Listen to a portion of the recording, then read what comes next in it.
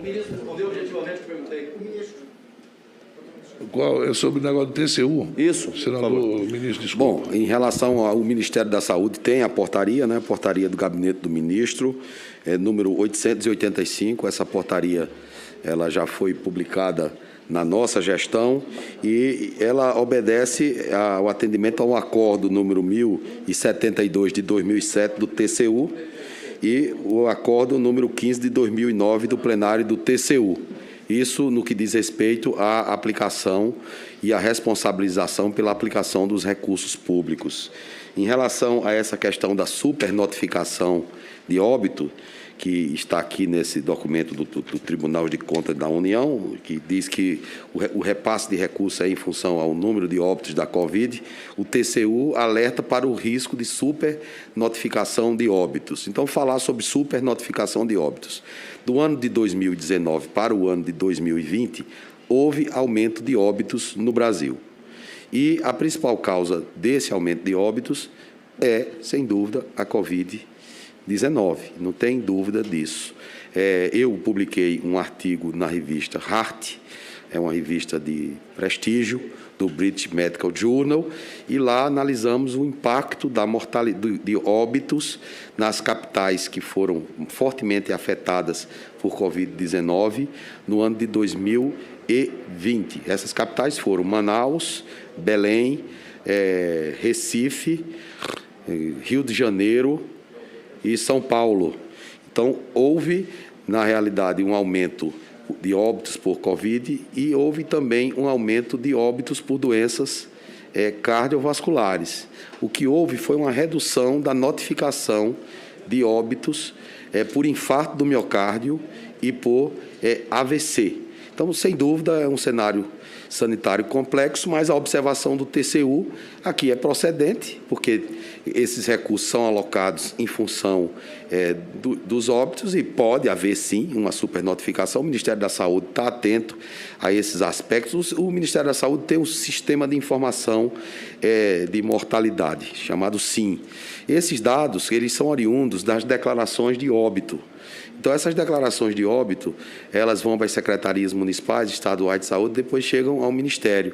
E o Ministério faz uma aferição técnica desses óbitos, que nós chamamos de adjudicação dos dados, se retira o que nós chamamos de, em inglês, garbage codes, para que se chegue a um número o mais próximo possível da realidade. Então, a resposta em relação a óbitos, ela só acontece mais tardiamente. Não é essa resposta que é colhida, que é importante do ponto de vista epidemiológico, essa importância que se colhe todo dia, até porque sinaliza acerca do momento da pandemia. Mas um dado mais definitivo nós só teremos posteriormente, para que se tenha aquele fato como uma evidência consistente de informações de mortes no Brasil. Senhor presidente, senhor relator, senhor ministro, meus cumprimentos. Aproveitando, então, engatando com essa afirmação de Vossa Excelência, este número que está aqui sobre a minha mesa e do relator é o número oficial do Ministério da Saúde, de óbitos? Sim, é o número de óbitos. Então, isso só para...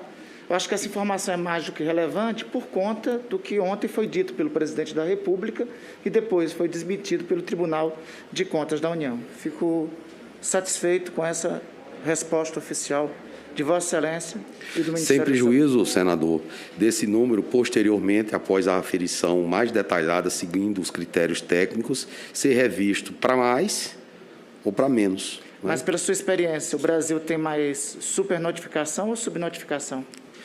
Pela minha experiência, como eu já falei para o senhor, o que nós apuramos nesse estudo, que foi feito com a base de dados dos cartórios de registro civil, houve um aumento de óbitos de 2019 em relação a 2020, como eu reportei aqui a Vossa Excelência. Só aumenta minha admiração por Vossa Excelência essa prestação de informação aqui a essa comissão parlamentar de inquérito. Senhor ministro, me permita, assim, não vou nem passar todo o vídeo, mas repassar novamente um trecho do vídeo passado pelo senador Renan Calheiros no seu primeiro momento. Sua chegada é uma mudança? Sim, é uma mudança. Nós pretendemos fazer ajustes nas políticas que vinham sendo colocadas em prática, e isso já tem sido feito, senador.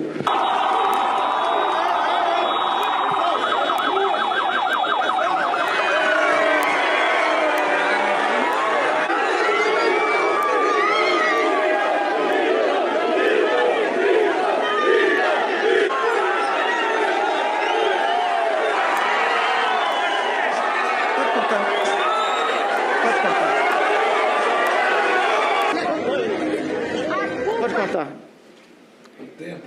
Perguntado pelo senador Renan Calheiros em relação a essas imagens, Vossa Excelência disse que as imagens falam por si só. O que as imagens falam? Não, eu não falei que as imagens falam por si só. Me parece que foi essa vossa declaração. Não. Eu falei que a recomendação do Ministério da Saúde é bem clara em relação às chamadas medidas não farmacológicas. E essas recomendações, elas são válidas para todos, indistintamente. E falei que eu não iria fazer juízo de valor acerca da conduta do presidente da República, como já foi aqui mencionado pela Sua Excelência o senador Girão, o senador Marcos Rogério. Perfeito. Um juízo de valor que cada um deve fazer. Com a devida venha, acatamento e respeito a Vossa Excelência, mas nós havíamos registrado que Vossa Excelência disse que as imagens haviam falado por si. Mas tudo bem, entendo Vossa Excelência, entendo a posição que Vossa Excelência agora declina. Vamos então passar à vacinação, ministro. O presidente da República, em pronunciamento semana passada, falou que a meta é alcançar todos, imunizar todos os brasileiros adultos até o final do ano. Entretanto, ministro, esse daqui é o Plano Nacional de Operacionalização da Vacinação do Ministério da Saúde. Aqui no plano está apontando, não sei se tem outro momento do plano que seja dito diferente, a vacinação de 78 milhões de pessoas. Qual a meta, concretamente, e onde, em que momento do plano aqui está estabelecida a meta de imunização de brasileiros? Esse plano ele foi estabelecido em outubro de 2020. Né? E a meta do PNI é, como Vossa Excelência fala, 78 milhões de brasileiros. Esse plano? Esse plano foi estabelecido, salvo melhor juízo, em outubro de 2020. Não, perfeito, o PNO. Mas essa atualização... Eu creio que todos nós aqui estamos de consenso que precisamos vacinar os brasileiros acima de 18 anos. Perfeitamente. Aqueles adolescentes... Mas só me permita. Sim, a atualização é de maio agora. Aqui no plano que está disposto no site do Ministério da Saúde, a atualização que consta de maio agora, 78 milhões. Então, 78 milhões, obviamente que essa meta será atingida antes, mas aqui eu já digo que o objetivo é vacinar a população brasileira acima de 18 anos. Temos que imunizar essas pessoas acima de 18 anos. Até o final do ano. Esse é o compromisso. Nós já temos doses contratualizadas para que se possa fazer essa afirmação aqui diante de Vossas Excelências. O senhor, obviamente, conhece o estudo feito pelo Instituto Butantan, em Serrana, que aponta, que inclusive tem resultados para o Brasil, que aponta para que nós possamos atingir a imunização da população, é necessário alcançar 70% da população brasileira vacinada. 70%, 75%. Quando nós alcançaremos essa meta? A OMS, ela previu, se atingir essa meta, imunizar 10% da população mundial em outubro. Isso é uma meta que a OMS estabeleceu. Nós já conseguimos atingir antes de outubro. A meta nossa, senador, como eu falei para Vossa Excelência, é vacinar até o final do ano a população acima de 18 anos. Pesquisas, Serrana é uma pesquisa, mas não só tem Serrana. Não, perfeito. Né? Tem Botucatu. Me permita, é que a pergunta não é essa. A pergunta é a seguinte: quando o Ministério da Saúde prevê alcançar a meta, que é a meta, segundo os estudos da ciência, que nos colocará livre da Covid? O estudo de Serrana ainda não está nem publicado, né, senador? Sem detalhar Serrana. A meta de 160 milhões de brasileiros contempla na meta que Vossa Excelência me indaga. Em dezembro, nós teremos condições de vacinar a população brasileira com as doses que já estão contratualizadas. O senhor, então, estabelece a meta de dezembro chegarmos a 160 milhões de brasileiros vacinados. Dezembro, senador. Pois bem, mas veja, para nós termos um Natal sem Covid, nós precisaríamos chegar nessa meta em final de outubro e início de novembro. Tem uma outra preocupação, que é o seguinte: qual a média de vacinação nossa hoje? Me parece que a média de vacinação está em 500, 600 mil. Para nós alcançarmos essa meta, chegar em outubro e novembro, nós precisaríamos aumentar a média de imunização para 2 milhões e 500 por dia. Esse é o objetivo, desde que haja doses suficientes. Esse mês de junho, há uma programação de se distribuir 40 milhões de doses. Nós vamos ter alguma dificuldade em julho e agosto, mas o Ministério da Saúde já tem um acerto com a AstraZeneca para fornecer IFA suficiente para produzir 50 milhões de doses de vacinas, até que o Instituto Fundação Oswaldo Cruz ela possa produzir com o IFA nacional. E quando nós chegaremos a essa média? Previsão de outubro já produzir vacinas suficientes com IFA nacional. Mas vamos assim, o senhor concorda comigo que essa meta chegarmos a 2 milhões e meio de imunizados por dia para nós chegarmos até o final do ano sem a Covid? Essa é a capacidade de aplicação de doses do Programa Nacional de Imunização nas 38 mil salas de vacinação. Ministro, essa não isso é que nós precisamos para nos livrar da Covid. Essa é a capacidade. Então, quando começaremos a ter 2 milhões e meio de imunizados por dia? Senador, depende do volume de doses que nós tivermos disponíveis. Mas, então, tivemos doses suficientes. Aqui o senador Humberto Costa se referiu ao H1N1. Né, hoje, agora, não temos. Não, inclusive, atingimos a meta de 1 milhão por dia e isso caiu. Por que caiu? Perfeitamente. Caiu por quê? Primeiro, porque se usou todas as doses, sobretudo de Coronavac, como D1.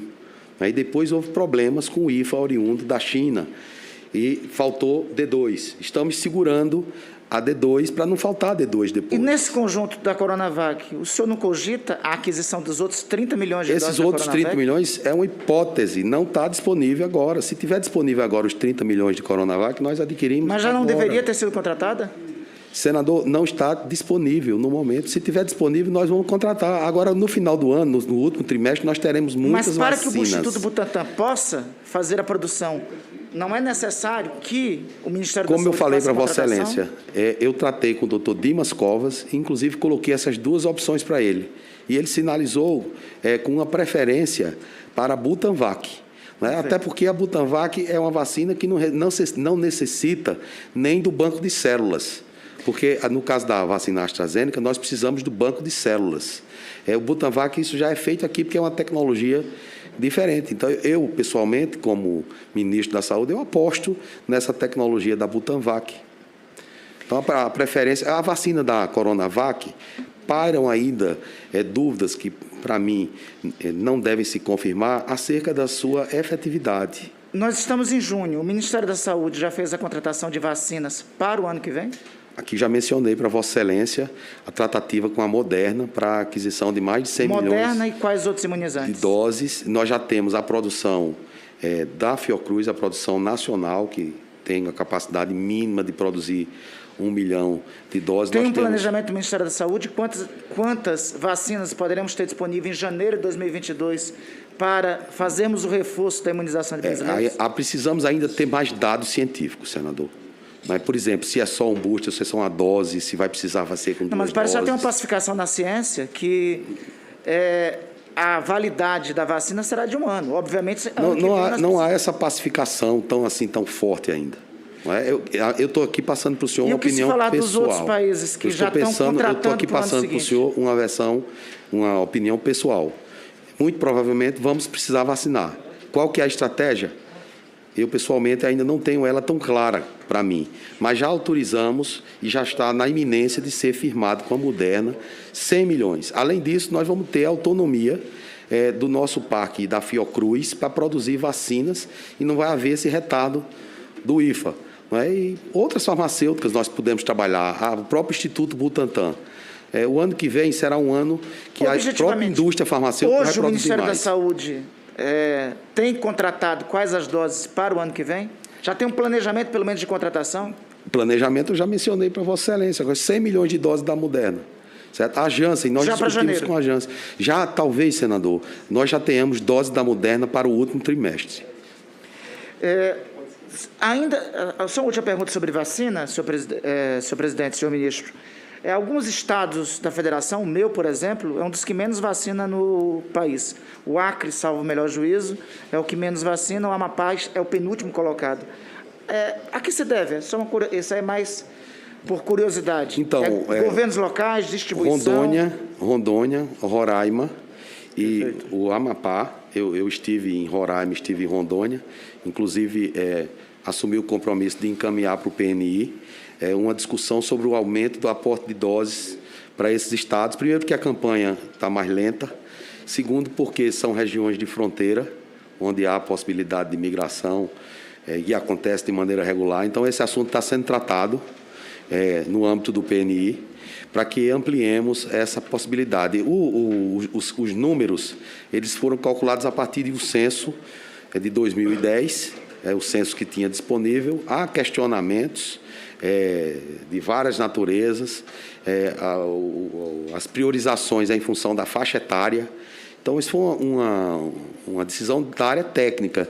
O senador Otto Alencar aqui falou da enfermeira Franciele Fontana, ela é a coordenadora do PNI, mas existe uma Câmara Técnica que apoia as decisões do PNI, e todas as decisões do PNI, elas são pactuadas na tripartite. Existe um comitê intergestor tripartite.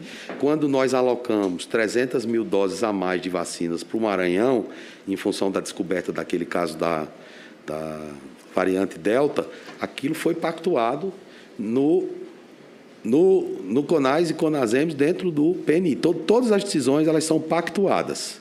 E o Ministério da Saúde, o ministro da Saúde, interfere nisso, ou como um demandante, de demandas até aqui como essa que Vossa Excelência traz, o senador Marcos Rogério já trouxe, ou em função de questões que surgem, como foi o caso das gestantes. Eu não tive aqui a oportunidade de esclarecer por completo o caso daquela gestante que teve um efeito provavelmente devido à reação adversa da vacina. Aquele caso ali nos preocupou muito, né? Então, eu intervim naquele caso. Só para avançarmos, o senhor, obviamente, o Ministério da Saúde acompanha o índice de positividade, que deve delimitar o grau da pandemia no país. Esse índice é acompanhado pelo Ministério da Saúde, perfeito? Sim, e vai ser ampliado com a nossa nova política de testagem. Qual a referência de alerta do índice de positividade no Brasil? Senador, nós estamos em alerta permanente com essa situação, né? Quando começa a subir o número de casos diagnosticados, a resposta vem depois, 3 semanas, pressão sobre o sistema de saúde. Mas o senhor tem conhecimento que, por exemplo, na Europa, a determinado índice de positividade tem um sinal de alerta para a sociedade, que, salvo o melhor juízo, é de 4%, lá na Europa. Não seria o caso de adotar uma política de igual caráter por parte do Ministério da Saúde? Isso que estamos fazendo no Ministério da Saúde. Agora, isso tem como base justamente o programa de testagem. E qual seria o gatilho? O gatilho, bom, isso aí é algo que tem que ser visto pela equipe técnica. Eu não tenho esse valor aqui para dizer para Vossa Excelência, mas, sem dúvida, é importante. Prefeito, ministro, eu toco nesse assunto porque, veja, a questão da Copa América não é pela Copa América. A questão da Copa América é o próprio presidente da República ter se envolvido no contexto da Copa América. A questão da Copa América é que o presidente da República respondeu um e-mail da Conmebol em 30 minutos e não respondeu 53 e-mails da Pfizer até o dia 3 de dezembro. É essa que é a questão central da Copa América. Teve uma celeridade, em meio à pandemia, para dar, sim, a realização de um campeonato continental de futebol, no meu entender, com os riscos, ministros, que tem esse campeonato. Veja, as sedes, Goiânia, Cuiabá e Brasília. Aqui em Brasília, o índice de positividade está em 36%. Dados de ontem, daqui de Brasília, dão conta que existem 18 pessoas à espera de leitos. 18 pessoas à espera de leitos. O índice de positividade de Cuiabá é de 20%, aliás, é o menor. O índice de positividade do Rio de Janeiro é de 24%, de Goiânia é de 25%. A questão central em relação à Copa América é a celeridade com que o governo respondeu, com que o governo do presidente Jair Bolsonaro respondeu a um campeonato continental de futebol e a demora para responder sobre vacina. Eu queria ter vacina, ministro. Se ele tivesse as vacinas da Pfizer e tantas outras, eu seria o maior entusiasta para a Copa América. Quem sabe tinha Copa América até com torcida. Eu seria um dos primeiros a querer Copa América aqui. O problema é que não temos vacina. E houve negação para ter vacina. Nesse sentido, ministro, não somente em relação à Copa América, todos esses campeonatos que os colegas falaram aqui, até o Campeonato Brasileiro, todos que os colegas falaram, não deveria ter uma manifestação do Ministério da Saúde sobre isso? Senador, eu aqui já falei de maneira reiterada, eu avaliei os protocolos. Essa decisão de fazer Copa América ou não fazer Copa América não foi do ministro da Saúde. O presidente me perguntou sobre a segurança dos protocolos. E eu afirmei que eram protocolos seguros. Em relação à vacina, senador, nós já estamos entre os 5 países que mais vacinam. Não, ministro, desculpa, nós somos o 53º. Não, senador, nós já distribuímos mais de 105 milhões de vacinas, são mas dados. não temos 53% senador, da população quais os países ministro? que distribuiu mais de 105 milhões de vacinas? Se for por isso, nós somos o 5º que menos vacina. Nós precisamos valorizar o nosso inverso. Programa Nacional de Imunização. Eu quero valorizar o Programa Nacional de Imunização. Ministro, por gentileza, eu estou lhe tratando com enorme respeito, acatamento e respeito. Tenho grande respeito por Esse dado não corresponde. Mas eu quero só para concluir, ministro, veja só. Essa responsabilidade, me permita, mas é do Ministério da Saúde. Vossa Excelência deve conhecer a Lei 6259, de 30 de outubro de 1975, que diz o seguinte, que é responsabilidade do Ministério da Saúde, o que é o Ministério da Saúde é a autoridade sanitária, em circunstâncias de caos sanitários como que nós estamos vivendo. Além disso, tem uma portaria que Vossa Excelência deve conhecer, a portaria 1139, de 10 de janeiro de 2013, que fala sobre as diretrizes do Ministério da Saúde em eventos de massa. Essa portaria do Ministério da Saúde define eventos de massa e fala das responsabilidades sobre a realização de eventos de massa. E é o que me parece, um campeonato continental de futebol, que virão para o Brasil 11 delegações estrangeiras, eu falo esse campeonato e tantos outros, grande prêmio e tal, tem a governabilidade do Ministério da Saúde. Senador, evento de massa sem público, qual é a massa? Não é verdadeiro. Não tem público, não senador. Corresponde. Senador, só não jornalistas tem são 3 mil. Não tem público. Torcedores vão ser mobilizados. Não precisa de jornalista, precisa de jogador. O Brasil vai impedir argentinos de virem? Não precisam estar lá. O Brasil vai impedir argentinos de virem para cá? Argentina, vai impedir uruguaios de virem? O Brasil não está impedindo vai impedir chilenos de virem? Dos cidadãos bolivianos, paraguaios, peruanos, colombianos, venezuelanos? Excelência, nenhum dos cidadãos da América Latina estão sendo impedidos de vir para o Brasil, desde que tem o RT-PCR. As competições esportivas não estão proibidas. E nós vamos abrir as fronteiras para a entrada de todos com as condições estabelecidas. Com os riscos sanitários. Com as condições estabelecidas na portaria. O senhor garante que não terá consequência sanitária nenhuma a realização desse evento? Senador, a obrigação do ministro da Saúde é uma obrigação de buscar os meios para tornar esse evento seguro. Os protocolos foram analisados. Me permita, ministro, com devido acatamento e respeito, aí está a nossa divergência. A lei estabelece que a vossa responsabilidade, inclusive a Lei Orgânica da Saúde, a vossa responsabilidade é fazer o alerta dos riscos sanitários que existem.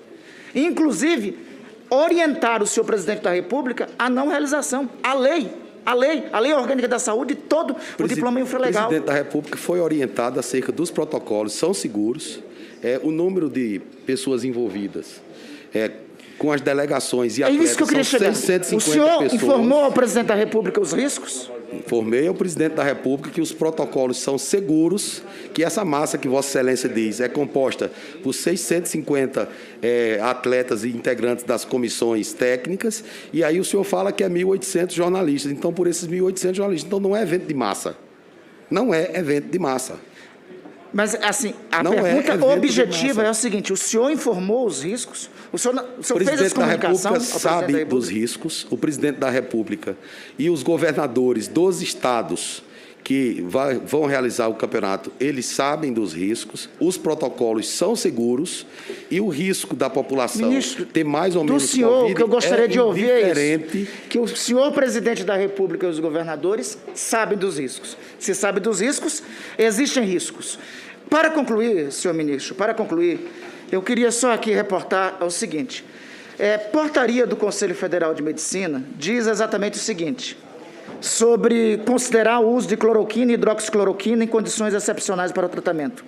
Diz essa portaria o seguinte: considerar o uso em pacientes com sintomas leves no início do quadro clínico, em que tenham sido descartadas outras viroses, como influenza, H1N1, dengue, e que tenham confirmado o diagnóstico de Covid-19 a critério do médico. Vossa Excelência sabe muito bem, para confirmar o diagnóstico, hoje só com um RT-PCR.